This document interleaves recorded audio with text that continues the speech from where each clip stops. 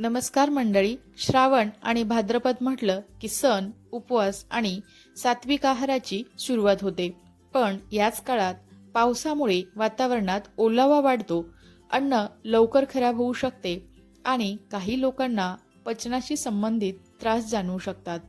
जसं गॅस, अपचन, ॲसिडिटी, पोट बिघडणे किंवा वारंवार होणारे इन्फेक्शन टाळण्यासाठी आपल्या ताटात कोणत्या भाज्या असाव्यात याकडे लक्ष देणे तितकेच महत्त्वाचे आहे. म्हणूनच आजच्या या व्हिडिओमध्ये आपण पाहणार आहोत पावसाळ्यात आहारात योग्य प्रकारे समाविष्ट करता येणाऱ्या 15 प्रकारच्या पौष्टिक भाज्या, त्यांचे फायदे आणि शेवटी आपण पाहणार आहोत पावसाळ्यात भाज्या खरेदी कशी करायची, तसेच भाज्या कशा धुवायच्या, साठवणे या संबंधित सर्व माहिती, त्याचे महत्त्वाचे 7 नियम. आणि हो, या यादीतील काही भाज्या तुमच्या नेहमीच्या ताटात नसतील, पण त्यांच्याकडे नक्की लक्ष द्या. म्हणूनच हा व्हिडिओ शेवटपर्यंत नक्की पहा आणि उपयोगी वाटला तर आपल्या कुटुंबासोबत तसेच मित्रमैत्रिणींसोबत नक्की शेअर करा. त्यातीलच पहिली भाजी आहे शेवग्याच्या शेंगा. शेवग्याच्या शेंगा पौष्टिक आहाराचा चांगला भाग ठरू शकतात. त्यामध्ये विविध जीवनसत्वे, खनिजे आणि फायबर मिळते. त्यामुळे भाजी, आमटी किंवा सूपच्या स्वरूपात शेवग्याचा वापर करता येतो. त्यानंतर 2 नंबरची भाजी आहे दुधी भोपळा. यामध्ये पाण्याचे प्रमाण जास्त आणि चव सौम्य असल्यामुळे दुधी भोपळा हलका पर्याय ठरू शकतो. भाजी, सूप किंवा आमटीमध्ये त्याचा वापर करता येतो. पचनसंस्था संवेदनशील असेल तर कमी तेल मसाल्यात केलेली दुधी भोपळ्याची भाजी अनेकांना सोयीची वाटते. त्यानंतर 3 नंबरची भाजी आहे लाल भोपळा. लाल भोपळ्यामध्ये बीटा कॅरोटीनसह अनेक पौष्टिक घटक असतात. त्यापासून भाजी, भरीत, सूप किंवा आमटी बनवता येते. पावसाळ्यात गरमागरम आणि कमी मसालेदार लाल भोपळ्याची भाजी हा स्वादिष्ट पर्याय आहे.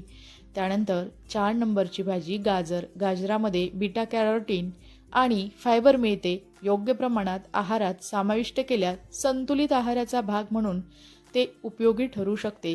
गाजर कच्चे खाण्याऐवजी पावसाळ्यात स्वच्छ धुवून योग्य प्रकारे शिजवून खाणे अधिक सुरक्षित पर्याय ठरू शकतो. त्यानंतर 5 नंबरची भाजी आहे फरसबी. फरसबीमध्ये फायबर आणि विविध सूक्ष्म पोषक घटक असतात.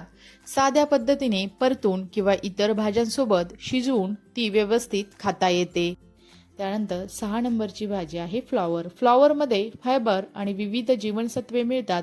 मात्र पावसाळ्यात बाजारातून आणलेला फ्लॉवर स्वच्छ धुणे आणि पूर्णपणे शिजवणे विशेष महत्त्वाचे आहे. त्यानंतर 7 नंबरची भाजी आहे कारले. कारल्याची चव कडू असली तरी ते अनेकांच्या आहारातील लोकप्रिय भाजी आहे.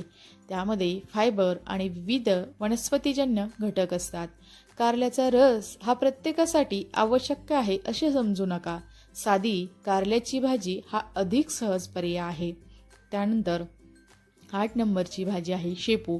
शेपूमध्ये फायबर आणि काही सूक्ष्म पोषक घटक मिळतात. मात्र पावसाळ्यात पालेभाज्यांमध्ये माती, सूक्ष्मजीव किंवा इतर दूषित घटक असण्याची शक्यता असल्याने त्या अतिशय काळजीपूर्वक स्वच्छ करून नीट शिजवून खाव्यात.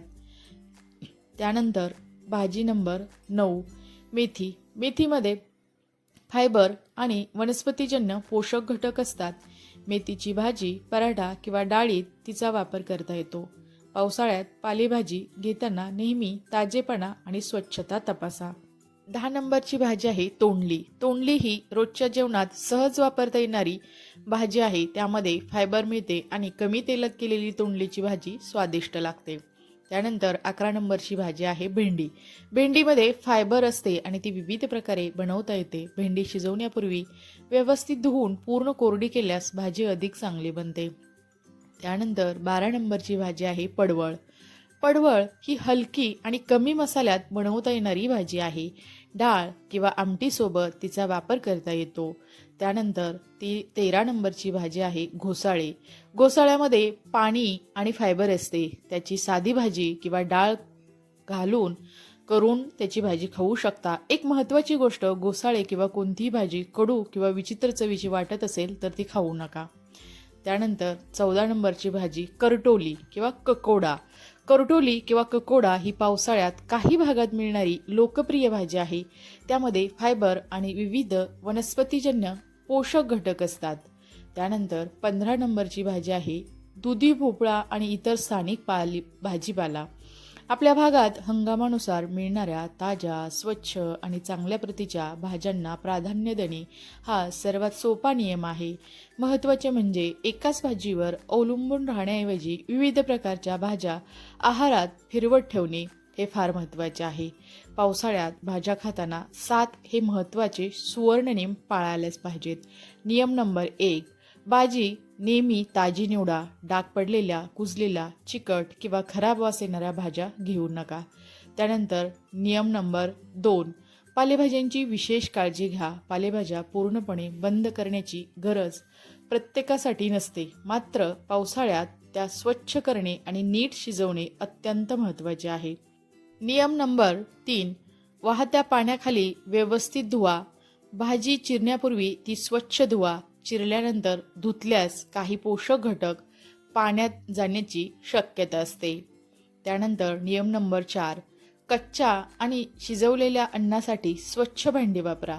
कच्च्या भाज्या, मांसाहार आणि तयार अन्नासाठी वापरली जाणारी उपकरणे स्वच्छ ठेवणे अन्न सुरक्षिततेसाठी महत्त्वाचे आहे.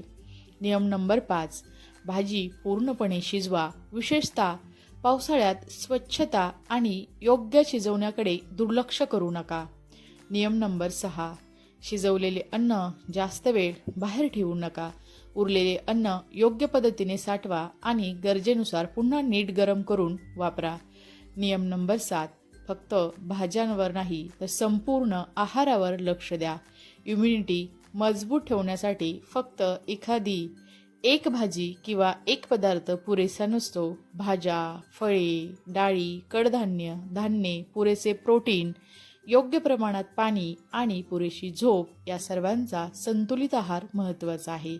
तर मंडळी, श्रावण, भाद्रपद या महिन्यात आहार अगदी साधा असला तरी तो स्वच्छ, ताजा, संतुलित आणि पौष्टिक असणं महत्त्वाचं आहे. पावसाळ्यात प्रत्येकाला गॅस किंवा ॲसिडिटी होणारच असे नाही आणि कोणतीही एक भाजी आजारांपासून हमखास संरक्षण देत नाही. मात्र योग्य अन्न सुरक्षा, संतुलित आहार आणि स्वच्छतेच्या सवयी नक्कीच महत्त्वाच्या आहेत. तुमच्या घरात श्रावण, भाद्रपद या महिन्यात यापैकी कोणती भाजी सर्वात जास्त बनते ते नक्की मला कमेंट्समध्ये सांगा. व्हिडिओ आवडला असेल तर लाईक करा, आपल्या मित्रमैत्रिणी आणि कुटुंबियांसोबत शेअर करा आणि अशाच उपयोगी मराठी किचन टिप्ससाठी आपला चॅनेल नक्की सबस्क्राईब करा. चला तर मग पुन्हा भेटूया अशाच एका उपयोगी व्हिडिओमध्ये. तोपर्यंत सर्वांना धन्यवाद.